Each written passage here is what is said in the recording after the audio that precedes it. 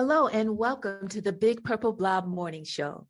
This podcast is hosted by 6 professional family life and wellness coaches who are passionate about helping the American diplomatic community thrive through their unique challenges. We are also eligible family members with over 100 plus years of combined experience living abroad. Trust us, we know what you're going through. So relax as we share some practical advice mixed with foreign service acronyms, empathy, wisdom, and a bit of humor. Hello, everyone. Welcome to part 2 of our 3-part series on assistive technology. In our last segment, our special guest, Lhoffman, explained what assistive technology is. She described the benefits and discussed who is best suited to use assistive technology, also referred to as AT.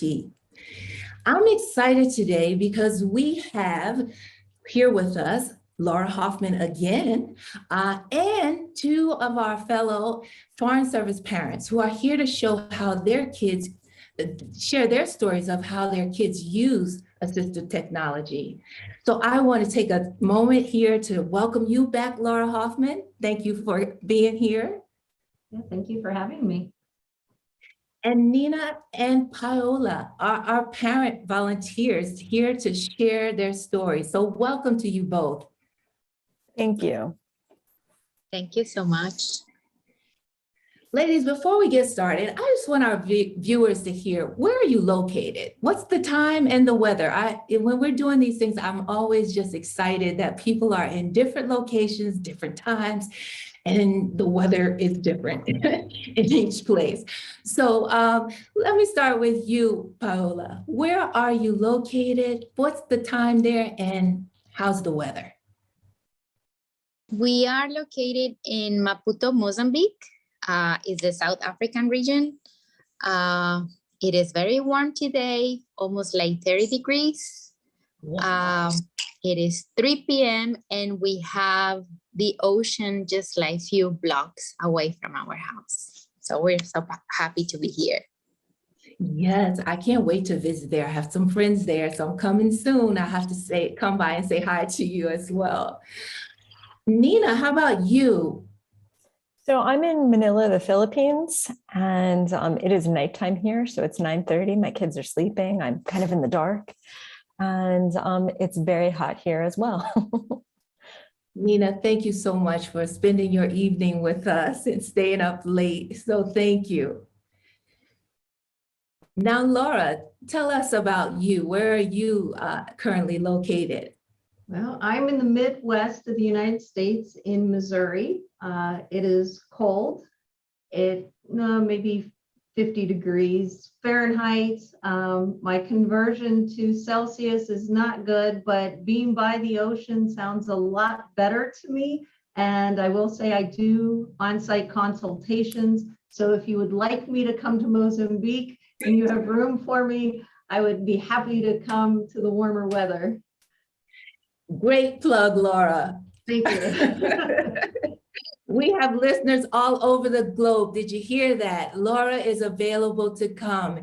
And many of the listeners, I suppose, too, have influence at their schools where this is a great idea. In fact, to bring Laura over and to have some consultations right there on the spot, that would be so awesome. So thank you for interjecting that, Laura. So thank you, Laura, too, for waking up early to do this interview. And I am in South Africa, Pretoria, and it is nice and sunny and quite warm today. The time is 3:40. And so I don't think I introduced myself. I want to say that I am Sharoya Ham. I'm a behavior change specialist and parent coach. I'm just one of 6 blobbers of the Big Purple Blob, and we are excited again about this show because we love to invite foreign service parents to come and share their experiences. And so I would like to start with you, Nina, and also followed by you, Paola, to tell us a little bit about your child. Tell us your age, diagnosis, what AT devices are they using, and how long have they been using it? Okay, so my son, his name is Kai. He's 8 years old. He has moderate or fairly severe, I would say. They say moderate severe autism. So he's on the spectrum. He's non-speaking, non-verbal, maybe. He has pretty severe speech apraxia, so he does like to talk, but it's not. It's very hard to understand what he's saying. So, he speaks kind of garbled, and even the same word pointing at the same thing could sound different 5 times if he says it 5 times.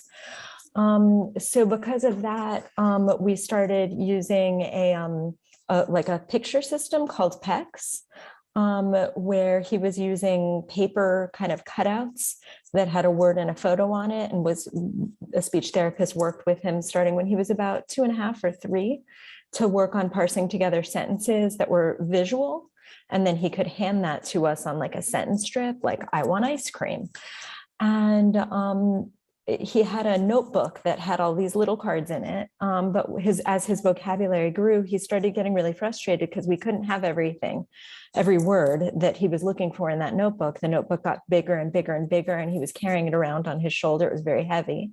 And so at that point, we moved to a device. And so now he's using an iPad, a mini iPad usually, but we do have a large one as well he uses at home. But he usually carries a mini iPad in a kind of, one of those styrofoam kid cases.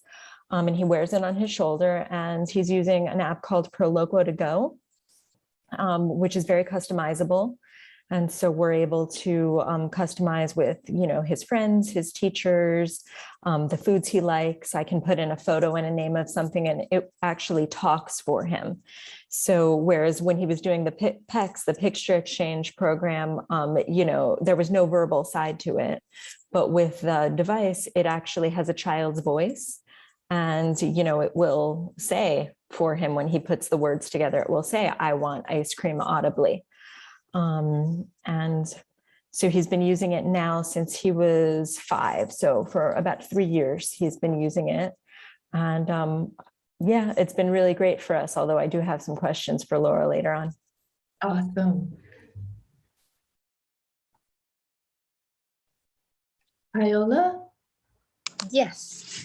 So my daughter's name is Amaranta, but we call her Ama. And she has hearing loss, is mild to moderate. That means that she can hear, but when she doesn't have the hearing aids, she loses a lot of sounds. She was diagnosed when she was 3.5 years old, and she started wearing hearing aids immediately. She was enrolled in a preschool in Fairfax County. It was like a hard of hearing program. And there they started using an FM system. An FM system is a device that the teachers wear around their neck. And it is like a microphone, so it amplifies their voices. You can also connect the FM system to the TV or computer, and it helps with the background noise. Amma wears hearing aids from I would say 7 a.m. after she takes a shower until she goes to bed, and after we read like a book at night. It has been amazing to see the progress, because when she was diagnosed at age 3, she couldn't speak. She was just hearing sounds, and she was repeating sounds, but she couldn't speak, and she was very frustrated. So she was having some behavioral issues. But after we started the rehabilitation process, it was a completely change for her. She is right now receiving speech therapy. She also has learning support at school, and she was diagnosed with a language processing disorder. Nina and Paola, I just want to celebrate you because you two have done what Laura suggested in part 1 of this series, is to get early help. And knowing that your kids have been getting assistance and support at an early age before even entering into school is amazing, because what it does is help them develop a healthy confidence before even entering into school, where they will see other kids learning differently. And so I'm going to turn it over to you, Laura, and you tell me what do you hear that's striking, or you want to comment from their stories? Well, as I mentioned in the other segment, most of my work is with augmentative communication. And I just have to commend you, Nina, that you started with PECS, as you had described, and you built this language for your son before you even introduced the higher tech solution through the iPad mini and Pro Lakota Go. I find that a lot of folks miss that build of language before the augmentative communication device. So very nicely done. But just the diverse sample that we have of augmented or of assistive technology for us here today is encouraging. There are solutions out there for everything from the nonverbal communicator to someone that has hearing impairment or hearing loss. There are tools out there to help our children to learn better and engage in the educational process. So true. And Paola, I really like the fact that you mentioned that at one point in this process, your daughter's behavior, you saw like she was becoming frustrated.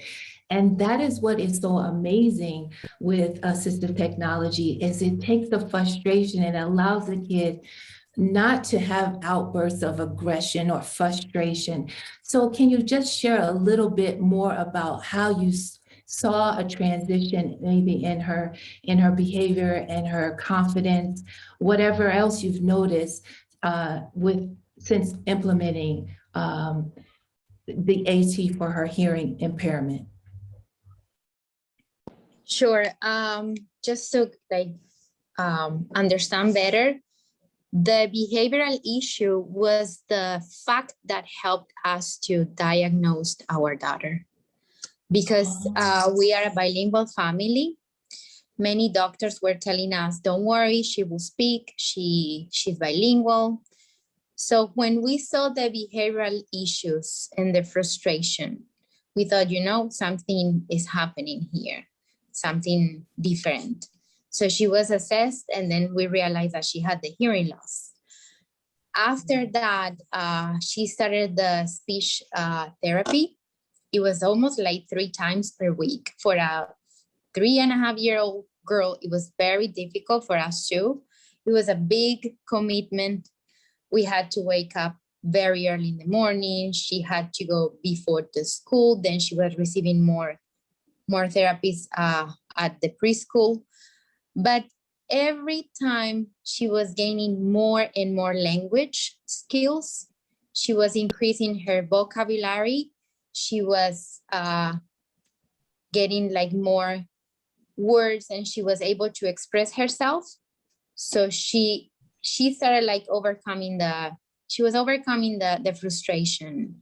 And then she started like making friends, and she was like participating in the classroom, because she was very quiet. She was always like in the corner, and her friends were always like helping her, because she couldn't like get the things that she wanted. So it also helped a lot with her independence and self-confidence skills. And if there's anything we parent coaches want our listeners to understand, is early intervention and allowing your children to explore and try assistive technology can really help help their confidence soar, help their academics soar. And that's what we want for the kids in our community, is to have a great experience, because oftentimes when your child is diagnosed with a disability, you panic and you think, oh my gosh, I got to go back to the US because support is not here. And so I appreciate you two sharing your stories so parents can know, yes, you can get assistive technology overseas to support your kids. And in our first session of this three-part series, Laura spoke about how we can tap into resources in our states, in our home states. So Nina, I want to ask you this question because in working with parents who have children on the spectrum, autism spectrum, what I find is that many initially resist the help such as augmentative communication, because there's, of course, you want your child to speak. How did you feel in the beginning? Did you have that resistance to wanting to teach your child the PET system, the picture system? I mean, you guys mentioned early intervention, and I have to say, like, I wish that we had gotten earlier. Like, I wish that we had started earlier. We didn't start speech therapy until he was 2.5, and we didn't start we didn't get a diagnosis until 3. And kids in the US now can do much earlier than that. And I think that we missed a really opportune window of time. And it was because we were resistant to the idea that this was our first child. We didn't know what the milestones were supposed to be. We didn't know what was, normal. And, our kid is awesome and we love him. And so, the couple of times that Med mentioned, oh, like maybe he should be doing this. And then it wasn't until he was 2.5 and we brought him into a new med unit and they were like, oh my God, like he needs to be, you need to get him tested immediately. Why isn't he speaking? And their shock it really made me feel like, wow, we had waited too late. So I would encourage any parent to really, if you have an inkling or anybody makes a comment on the playground or something, like don't take it as negative. Just, take anything you can to help yourself. We were really receptive. I mean, by that time, other kids were speaking in complete sentences and speaking in paragraphs. And we have a child who's just a year younger than him who, had far surpassed him. And so to be able to give him a means to communicate, anything that we could do was awesome. And to see how he really so quickly picked it up. He's a smart little boy and he immediately kind of grasped what these were. And, him being able to tell us what he wanted was so huge, and the reward of him getting what he wanted rather than, having an outburst and us not understanding, especially because he does make a lot of verbal sounds. And so, I think he thought he was really speaking to us and he was saying, I want that ice cream. And we're just hearing kind of, oh, ah. And, for us to be able to say, like, get your iPad, like, show me what you want, or grab your pecs. Are you asking for ice cream or are you asking for this other thing? And he was able to clarify. And, other than being a normal 3-year-old who has regular tantrums, like that brought the level of frustration way down. That he had a tool to really communicate to us. And we still believe that his verbal skills are going to grow. And he still does communicate verbally, but the iPad makes him intelligible. And right now that's huge. So I'm so happy you shared those points, because parents, I believe someone needed to hear that. Like, it's okay. If someone is talking about your child and making comments, don't get offended. Go to the health unit, get an assessment and see what they say, and just take it one step at a time. What I love about our community is we're always willing to help each other. And so on the the Facebook page with the special needs families, that's where you two volunteered to be a part of this podcast. There's so much communication and conversation happening on that page where people are asking questions and supporting one another. So I think that's a great resource. And I'll put that link in the show notes if anybody wants to join that group who has a child who is struggling and has a special need.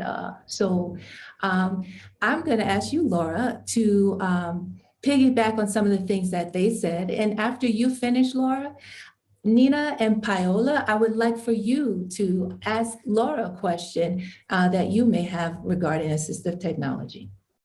Well, as I was listening to you all, I thought of a benefit that has come out of COVID that may help you and your community. Because of COVID, I've done a lot of consultations and assessments via Zoom. And, it wouldn't matter to me if you're in Missouri or if you're in Mozambique, we could still do that process via Zoom, where prior to COVID, everything was in person. So if you're having trouble finding solutions, or you just don't know where to turn, your state may be willing to do that for you as well. Do the consultation via Zoom and get the ball rolling and have somebody else, take a look at your child. And also because of COVID, a lot of assistive technology suppliers or manufacturers have started loan programs for their devices. They too may be willing to ship overseas. I don't know. It would depend on that manufacturer. But if you can't tap into the lending resources of your state, maybe going directly to the manufacturer of the suggested device, maybe they would be able to provide a loan of equipment to you. So that was just something that popped into mind as we were talking here. Ladies, before you jump in, I want to echo what you just said, Laura. It has been my experience when I've tried to get a loaner from the state that I live in, the turnaround, because our mail is so slow, I wasn't able to do it within the 5 weeks, but I did call companies and ask them, can I test your product? And sometimes they have a sale for some of the older devices, and I was able to purchase because I'm a teacher for my students. So that has been helpful. So I'm glad you brought up that point. Well, let me also add that at least for our lending library, during the school year, our shelves are empty. We go on wait lists because our devices are in high demand. Over the summer, our shelves are full. So if you reach out to the state and say, I'm overseas, a 5-week lending period would not work for me, would you consider loaning the device to me during the summer months? And they may be willing to do that. Also, another thing that we have in Missouri is a recycle program. So when new devices come out and manufacturers quit producing or selling their older devices, we put those into what we call our recycle closet. They may be perfectly good devices, but we don't loan out devices that you can no longer purchase. So those devices, even if they're functional and still very usable, go into what we call our recycle closet, and they're free to give away. So currently I have eye gaze communication devices that, 5 years ago, 7 years ago, were $18,000. They're in our recycle closet because you can no longer buy them. So that's another thing that you could possibly do. Maybe they don't have a recycle program where they would give it away, but maybe your state would loan it out to you for that extended period of time to give you the tool to make the assessment. Thank you so much for sharing that. That is a great, great resource to know about. Now that my daughter is 10 years old and she has like more interactions with other teachers and also like staff members from the school, I'm very curious about like which strategies can we use to encourage the staff members, other teachers to use the assistive technology. And for AMA will be like the FM system, because sometimes they are very scared about like holding the FM system. They think that they're gonna break it. They don't know how to handle it. And we have been like teaching AMA how to just like advise them. But I'm very curious if you have like some strategies that we can use. Wow, that's a great question. I think that people are afraid of technology. They don't know how to just dive into it. What if I push the wrong button? What am I going to be responsible? Is it going to break? With the technology that we loan out, we provide a lot of training through our YouTube channel with videos. Maybe if you came up with resources where you could email a hyperlink to her team and say, hey, if you want to find out more about the device, this is what she's using, just to give them that resource to be able to investigate on their own, because I find that people are afraid to ask dumb questions. What happens if I push this button? They're not maybe going to ask, and then they hesitate to use the device because they're afraid of it. So knowledge is always key. Maybe if you could find those supportive videos that you feel are good for the device that she's using, maybe provide those to the support team. And also take away the fear of breaking the device. Let them touch it, let them get their hands on it and explore it on their own as well. Is that helpful? Thank you. Yes. Thank you. Yeah, you're welcome. Nina, jump right on in with your question. Okay. So, gosh, at both schools that my son has been at, he's been the only child to be using, we call it a talker. Mm-hmm. And the staff have all been really good about, trying to figure it out and, help. But, a lot of it really falls to us. And I'm always kind of on the Assistive Wear website trying to like troubleshoot and figure things out. And now we are going to switch him to a new software, to a new app. Okay. So the same company is making a new app. It sounds like it's going to be fantastic. And they worked really hard on it, but we're really concerned about moving him from one, something that he's been very used to for a couple of years onto a new similar thing, but it's going to be formatted a little bit differently and it won't be as customized as the one he's currently using. Do you have any tips for how we should make that transition? The biggest thing I would say is definitely make sure you're using the same PEC symbols, the same pictures, because his language has developed from those pictures. So whether it's the picture of the red apple that to him means apple, whether it's a PEX card or on Proloquo or Touch Chat or whatever the app is that you're going to use, that red apple is the word for apple. If you change over to a green apple, to you or I, it still means apple, but to him it may be confusing. So I would, more so than the format of the pages or how things link together, I would strongly suggest staying as consistent with those images as you possibly can, because as soon as you change the image, you're changing the language. Okay, that totally makes sense. Thank you. You're welcome. Okay, here's my final question, and it's for you, Nina and Paola. someone in our community about how to get help for your kid while living abroad? We have right now a hard of hearing specialist, and she helps us to understand Ama's condition. She has been recommending to use speech to text and text to speech in the iPad and also in the computer.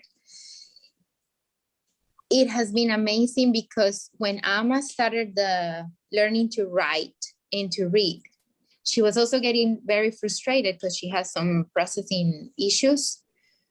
So she started like dictating in the iPad. She was like just recording her voice and the iPad was like typing for her. So it helped a lot to develop her writing skills and get like more confident as a writer. And also when she started like reading, the iPad, we were like highlighting the sentences and the iPad was reading for her. So she was like able to listen to the story, and she was really enjoying the audiobooks. So that helped a lot.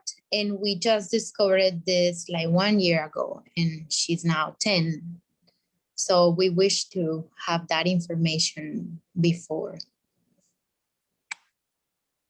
Thank you for sharing that. I think that is one of the more popular software that students use just across the board, right, Laura?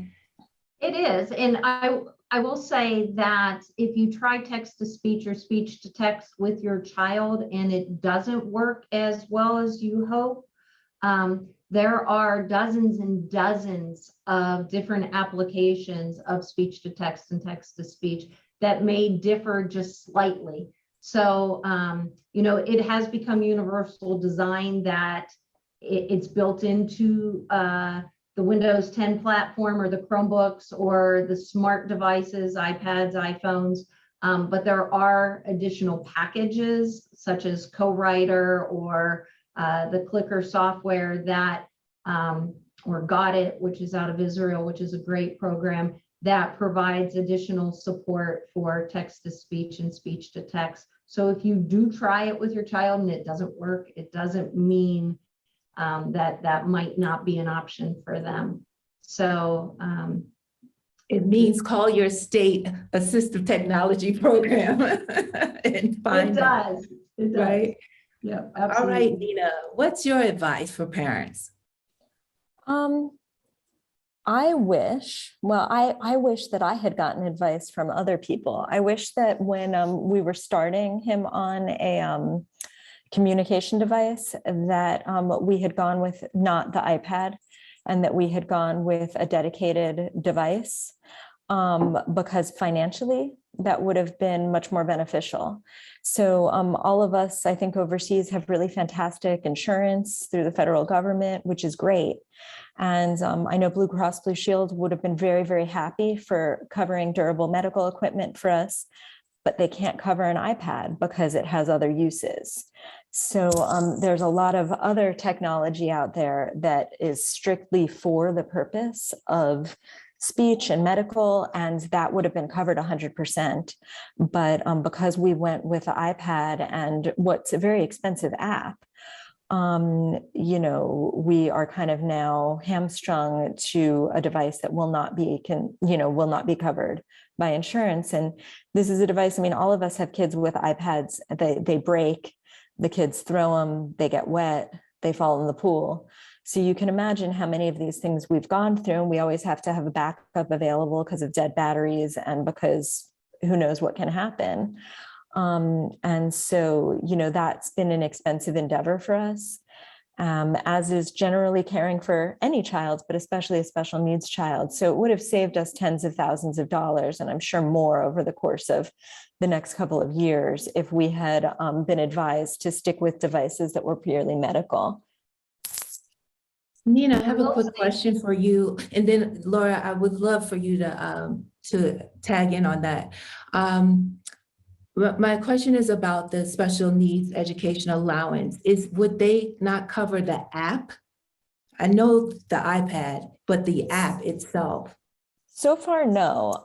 And I have to say, like, we've gotten very, very good coverage through the special needs education allowance. We have never had any problems with getting funding for my son. It hasn't always been early, but they've always given him what he needs. And perhaps that's because it's a very clear disability. He's very, very clearly disabled. And so there's no kind of gray area. But so we've always gotten, the money that we needed, and we've asked some years to go above the ceiling and have been approved. And we've also gotten summer school and additional things approved. But his IEP does say that he requires this assistive technology, and we haven't ever been able to get it covered. But for, I don't know, like $70,000 a year, or something that SNEA is providing us for all of his needs, me dropping $1,000 a year on an app and an extra iPad, in the bigger scheme of things, I'm kind of happy to eat it, but it would have been nice if Blue Cross Blue Shield would have paid for it. And they were very upfront about it. And they said, you can look at other devices, and gave me a whole list of ones that they would cover, no questions asked, but they just can't cover an iPad. Thank you, Nina. I can imagine when we post this is going to generate some comments underneath. So parents, we will post it in the Facebook Special Needs Facebook page so that more conversation can happen around this. So thank you for sharing that. Laura, go ahead before I cut you off. I'm sorry. No, that's okay. I was just going to interject that a lot of suppliers or manufacturers have support teams to help get funding approved for devices. So just know that that's a resource. You can call on companies and say, my insurance has been denied. Is there anything else I can do? And they do, I don't want to call it creative ways, but it's, I guess, a creative way to get things to go through and get approval through Blue Cross Blue Shield and different funding sources. So it's always worth that phone call to the provider. Ladies, I want to say thank you for spending this time with us, sharing your stories. I know this show is going to be very beneficial to families. Laura, I thank you for sharing your expertise, and I want to encourage anyone who's just listened to this show and would like to know, well, what steps should I take to go back and listen to part 1 of this 3-part series. In our next series, we will be discussing how AT can help with dyslexia, children who have dyslexia, and social emotional challenges. And so stay tuned for that. Again, thank you, and we'll see you next time around on the Big Purple Blob. Thank you for listening to the Big Purple Blob Morning Show. It has been a pleasure to share our stories with you today. Now we want to hear from you. Tell us your story. Let us know your biggest challenge that you face at Post or back in the States. We also want to know what type of parenting support you need at this time. To connect with us, visit our website at thebigpurpleblob.com. If you found today's episode helpful, please share with your friends in the American Mission community. And remember, we want to hear from you because we are here for you.